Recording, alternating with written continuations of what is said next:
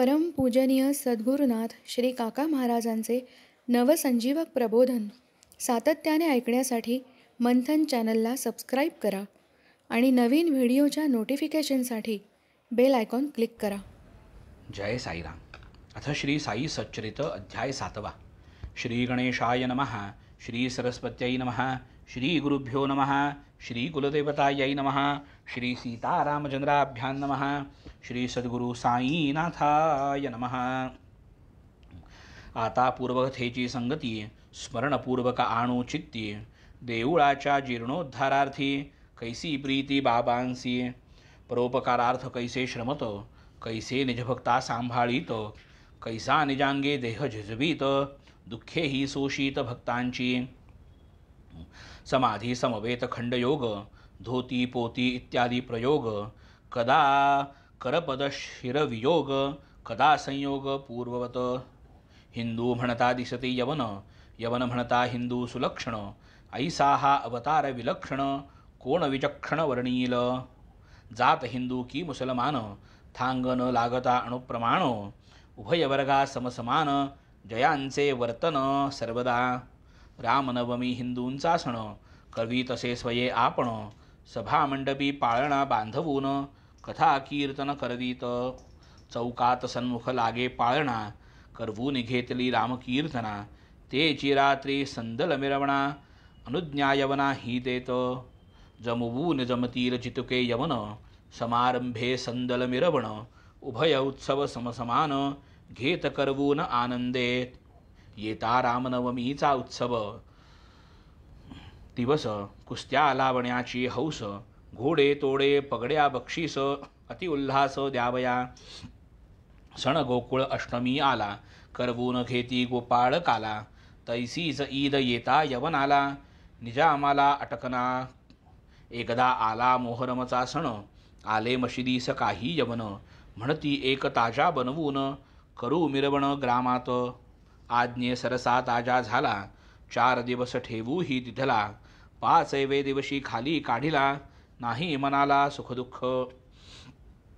अविंध म्हणता विंधित कान, हिंदू म्हणता सुनता प्रमाण, ऐसा ना हिंदू ना यवन, अवतार पावन साईंचा. हिंदू म्हणावे जरी तयांस, मशिदीत सदा निवास, यवन म्हणावे तरी हुताश, अहर्निश मशिदीत. मशिदीत जात्याचे दळण, मशिदीत घंटा शंख वादन, मशिदीत अग्निसंतर्पण, मुसलमान कैसे हे.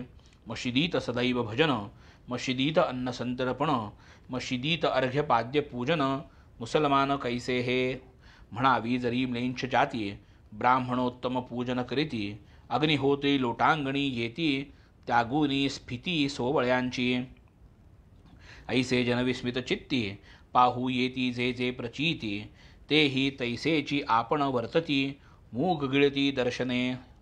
तरी जो सर्वदा हरीसी शरण, काय त्या म्हणावे हिंदू वा यवन, असो शूद्र अतिशूद्र याती विहीन, जातीन प्रमाण अणुमात्र.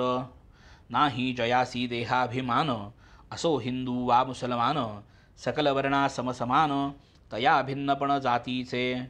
फकीर पंक्तीसी मांस भोजन, अथवा यदृच्छा मत्स्य सेवन, तेथेची तोंड घालिता श्वान, विटेन मन जयाचे. चालू वर्षाचा धान्याचा साठा, कृषी बल करीतो बांधोनी मोठा, की पुढील साली आलिया तोटा, वेळी पुरवठा होईल. तैसे संग्रही गव्हाचे पोते, दळाया मशिदीत असे जाते, पाखडावया सूपही होते, न्यून नभते संसारास. सभामंडपी शोभायमान, सुंदर खासे तुलसी वृंदावन, तेथेची एक लाकडी संध्यन, अतिसुलक्षण कांतीव. काही होते पुण्यगाठी, तेने या सद्वस्तूची झाली भेटी, ऐशी दृढ साठवा हृदय संपुटी, पडेना तुटी आमरणांत. काही पूर्वार्जित सभाग्यता, तेने हे पाय आले हाता, मनासी लाभली शांतता, निश्चिंतता ही प्रपंची. पुढे कितीही सुखसंपन्न झालो तरी ते सुख न ये परतोन, जे श्री साई समर्थ समागमजन्य, भोगिता धन्य झालो मी. स्वानंदैक छिद्घन साई, काय वानू त्याची न बलाई, जो तो रतला तयाच्या पायी, तो ठायीच बैसविला. अजिन दंडधारी तापसी हरिद्वारादी तीर्थवासी तडी तापडी संन्यासी त्यागी उदासी बहुयेती. बोले चाले हसे उदंड जिव्हेस अल्ला मालिक अखंड. नावडे वाद किंवा वितंड निकट दंड सर्वदा. तापस वृत्ती शांत शमीदांत वाचास्त्रवे पूर्ण वेदांत. कोणाही न लागला अंत अखेरपर्यंत बाबांचा. राव असो वा रंक समसाम्य सकळा निष्कंट. लक्ष्मीपुत्र वा भिकारी खंक उभयांसी एकची माप तेथे. कोणाचे बरे वाईट कर्म जाणत असे जीवा आतुले मर्म. सांगून देत खूण वर्म आश्चर्य परमभक्तांना. जाणपणाचे ते साठवण नेणतपणाचे पांघरुण. मानसंपादन दयाशी क्षीण एव लक्षण श्री साई. काया जरी मानवाची करणी अपूर्व देवाची. शिर्डीत प्रत्यक्ष देव तो हाची भाविती हेची जनसारे. काय बाबांचे चमत्कार किती म्हणून मी वर्णू पामर. देवा देवळांचेही जीर्णोद्धार बाबांनी अपार करविले.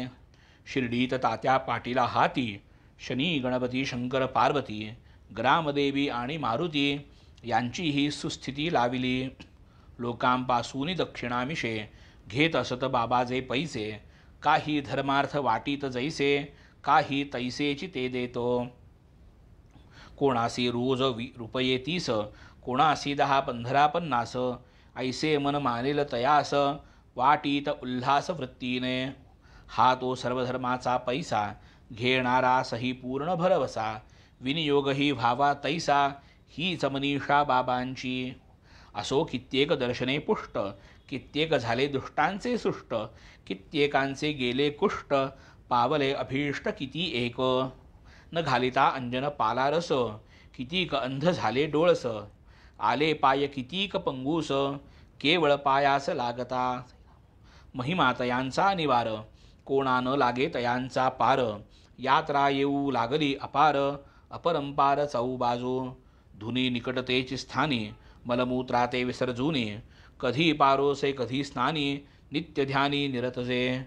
डोईस सफेत पागोटे खासे स्वच्छ धोत्र लावीत कासे. अंगात सदरा की पैरण असे पहिराव ऐसा आरंभी. आरंभी गावी वैद्यकी करीत पाहून दवा देत. हातालाही यश बहुत हकीम विख्यात जाहले. एकदा एका भक्ताचे डोळे सुजून झाले लाळ गोळे. रक्तबंबाळ दोन्ही बुबुळे वैद्य न मिळे शिर्डीत. भक्त बिचारे भाविक भोळे बाबांसी दाखविते झाले डोळे. पिबे ठेचून करविले गोळे सत्वरते वेळे बाबांनी. कोणी घालील सुरम्याचा काढा कोणी गाईच्या दुधाच्या घड्या. कोणी शीतल कापुराच्या वड्या देईल पुड्या अंजनाच्या. बाबांचा तो उपायची वेगळा स्वहस्ते उचलेला एक एक गोळा. चिनून भरला एक एक डोळा फडका वाटोळा वेष्टीला. उदयीक डोळ्यांची पट्टी सोडिली वरी पाण्याची धार धरिली.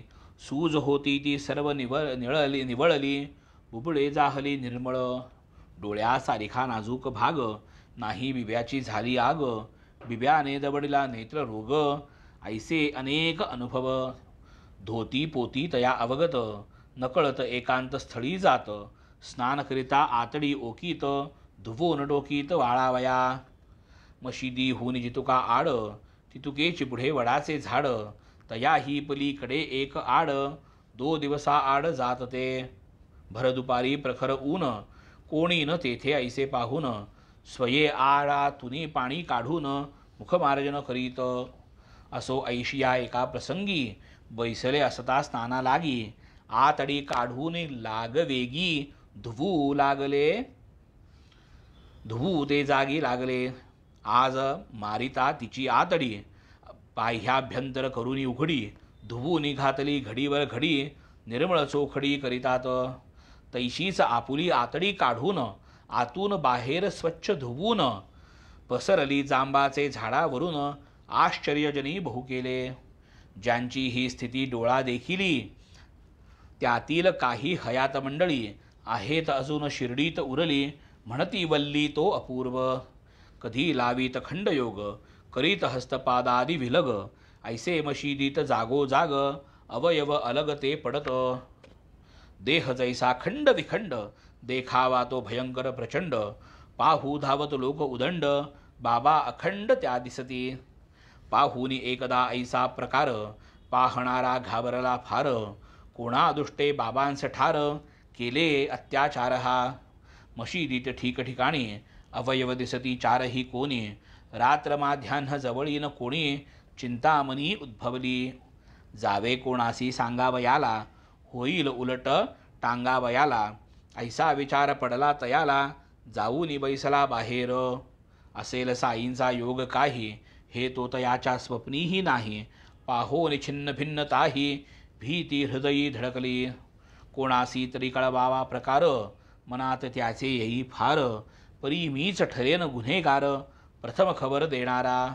म्हणून कोणासी सांगवेना, येत मनात असंख्य कल्पना, म्हणून पहाटे जाऊनी पुन्हा, पाहता मना विस्मित.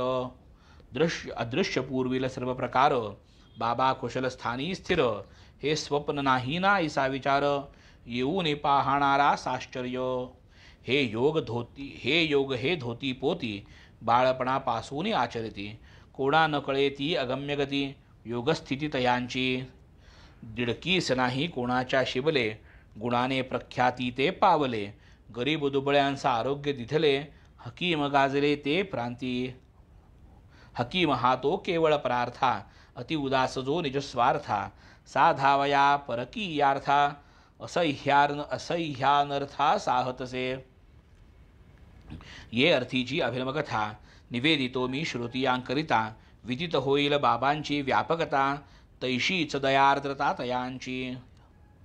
सन 1910 साली, समय धनतेरस दिवाळी, बाबा सहज धुनी जवळी, बैसले जाळीत लाकडे, प्रखर तेवली होती धुनी, निजहस्त त्यातची खुपसूनी, बाबा बैसले निश्चिंत मनी, हात भाजून निघाला.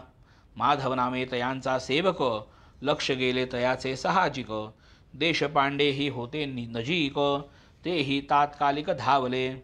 जाऊनी मागे मारूनी बैसका, कंबरेसी घट्ट घातला विळखा, बाबांसी मागे ओढोनी देखा, पुसती विलोका मग काय. हा देवा हे काय केले, म्हणता बाबा ध्यानावर आले. एक पोररे खाकेचे म्हणती निसटले, भट्टीत पडले एकाकी. ऐकून निजपतीच्या हाके, लोहाराची रांड रे धाके, मारून आपुल्या पोरासी खाके, भाता फुके भट्टीचा. फुकता फुकता लक्ष चुकली, खाकेसी पोर हे ती विसरली, पोर ती अचपळ तेथून निसटली, पडताची उचलली मी श्यामा. काढावयासी त्या पोरीला, गेलो तो हा प्रकार घडला, भाजू दे रे हा हात मला, मेला रे प्राण वाचला पोरीचा. आता या हाताचे दुखणे, कैसा उपाय करावा कवणे, चांदोरकरासी पत्र घालणे, माधवरावाने ठरविले. पत्र लिहिले सविस्तर, परमानंद प्रसिद्ध डॉक्टर, समवेत घेऊन या सत्वर, आले चांदोरकर शिर्डीस. उपयोग पडती दाहोपशमना, ऐशी घेतली औषधे नाना, परमानंद समवेत नाना, साई चरणा पातले. करुणी बाबांसी अभिवंदन, पुसती कुशल वर्तमान, निवेदिले आगमन प्रयोजन, हस्तावलोकन प्रार्थिले. आधीच हात पोळल्यापासून, भागोजी शिंदा तूप चोळून, पट्ट्या बांधी तसे कर करून, पान बांधून प्रत्यही. तो हात सोडून या पहावा, परमानंदासी दाखवावा, दवा उपचार सुरू करावा, गुण पडावा बाबांना. ही सदिच्छा धरून मनी, बहुत नानांनी केली मनधरणी, प्रयत्नही केला परमानंदांनी, पट्ट्या सोडून पहावे. आज उद्या करूनी, वैद्यापुला अल्ला म्हणून, हस्त न दिधला पहावया लागुनी, खेदही न मनी तयाचा. परमानंदाचा आणलेला दवा, तयान लागली शिर्डीची हवा, परी साई दर्शन सुहावा, तया घडावा योग हा. भागोजीचीच नित्य सेवा, भागोजीनेची हात सोळावा, तेने काळे हातही बरवा, होऊन सर्वा सुख चाहले.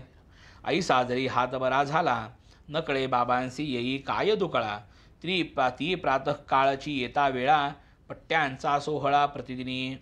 नसता हातास काहीही वेदना, नित्य निष्कारण तयाची जोपासना, घृतमर्दन निष्पीडन जोपासना, आमरणांत चालविली. ही उपासना भागोजीची, साई सिद्धान आवश्यकताजीची. भागोजीस घडविली नित्यनेमाची, भक्त काजाची आवडी. पूर्वजन्मीचे महादोष, भागोजी पावला कुष्टक्लेश. परितयाचे भाग्य विशेष, साई सहवास लाधला. लेंडीवरी निघता फेरी, भागोजी बाबांचा छत्रधारी. रक्तपेजी भरली शिरीरी, परिसेवे करी प्रथम तो. धुनी पासले स्तंभापाशी, बाबा जेव्हा प्रातस्तमयासी. प्रत्यही बैसत निजा रामासी, हजर सेवेसी तै भाग्या. हातापायांच्या पट्ट्या सोडणे, त्या त्या ठाईचे स्नायू मळणे.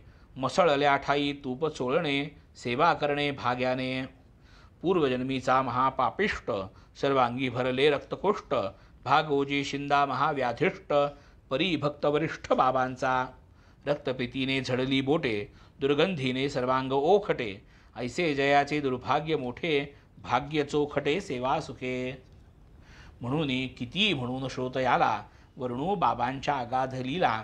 एकदा गावी ग्रंथीज्वर आला, चमत्कार झाला तो परियेसा. दादासाहेब खापर्ड्यांचा मुलगा एक लहान वयाचा, आनंदसाई सहवासाचा, निजमातेच्या सहभोगी. आधीच तो मुलगा लहान, ताप आला फणफणून. मातेचे हृदय आले उचलून, अस्वस्थ बन जाहली. उमरावती वसती स्थान, आले मनी करावे प्रस्थान. सायंकाळची वेळ साधून, आली आज्ञापन घ्यावया. अस्तमानाची करिता फेरी, बाबा येता वाडिया शेजारी. बाई जाऊनी पाय धरी, निवेदन करी घडले जे. आधीच स्त्रियांची जात घाबरी, तशात मुलाची थांबेना शिरशिरी. ग्रंथिज्वराची भीती ही भारी, निवेदन करी घडले ते. बाबा बदनी मृदुवचन, आभाळ आले आहे जाण. पडेल पाऊस पीक पिकोन, आभाळ वितळून जाईल. भिता किमर्थ ऐसे वदून, कफनी कमरेपर्यंत उचलून. दावी ते झाले सकाळ लागून, ग्रंथी टवटवून उठलेल्या. कुक्कुटीच्या अंड्या एवढे, 4 ग्रंथी चोहीकडे. म्हणती पहा हे भोगणे पडे, तुमचे साकडे मज लागी. हे दिव्य आणि अलौकिक, कर्म पाहोरे विस्मित लोक. भक्ता लागी दुःखे ही कैक, भुगीती अनेक संत कैशी. मेणा होऊन मौचित्त, सभाय जैसे नवनीत. लाभे वीण भक्तांसी प्रीत, भक्तची गणगोत जयाचे. एकदा ऐसा वर्तला प्रकार, नानासाहेब चांदोरकर. निघाले सोडून नंदूरबार, पंढरपुरासी जावया. नाना परमभाग्यशाली, साईंची सेवा अनन्य सेवा फळली. भूवैकुंठ प्राप्ती घडली, मामलत मिळाली तेथील. येताची हुकुम नंदुरबारी, जाणे होते अतिसत्वरी. तातडीने केली तयारी, हेतू अंतरी दर्शनाचा. सहकुटुंब सहपरिवार, शिर्डीसी जाण्याचा झाला विचार. शिर्डीच प्रथम पंढरपूर, करू नमस्कार बाबांसी. नाही कोणासी पत्र पाठविले, नाही निरोप वृत्त कळविले. सरसामान सर्व आवरिले, गाडीत बैसले लगबगा. ऐसे हे जे नाना निघाले, नसेल शिर्डीत कोणासी कळले. परी साईंसी सर्व समजले, सर्वत्र डोळे तयांचे. नाना निघाले सत्वर, असतील निमगावाचे शिवेवर. तो शिर्डीत चमत्कार, घडला साचार तो परिसा. बाबा होते मशिदीत, म्हाळसापती समवेत. आपा शिंदे काशीराम भक्त, वार्ता करीत बैसले. इतुक्यात बाबा म्हणती, अवघे मिळून करूया भजन चौघे. उघडले पंढरीचे दरवाजे, भजन मौजेने चालवू. साई पूर्ण त्रिकाल ज्ञाता, कळून चुकली तयाही वार्ता. नाना शिवेच्या ओढ्यासी असता, भजनोल्लासता बाबांसी. पंढरपूरला जायाचे, तेथेच मजला राह्याचे. तिथेच मजला राह्याचे, घर ते माझ्या रायाचे. स्वये बाबा भजन म्हणती, भक्त बसलेले अनुवाद करीती. पंढरीचे प्रेमात रंगती, इतक्यात येती नानाही. सहकुटुंब पायी लागत, म्हणती आता आम्हा समवेत. महाराजांनी पंढरपुरात, निवांत निश्चिंत बैसावे. तो ही विनंती नकोची होती, आधीची बाबांची उल्हासवृत्ती.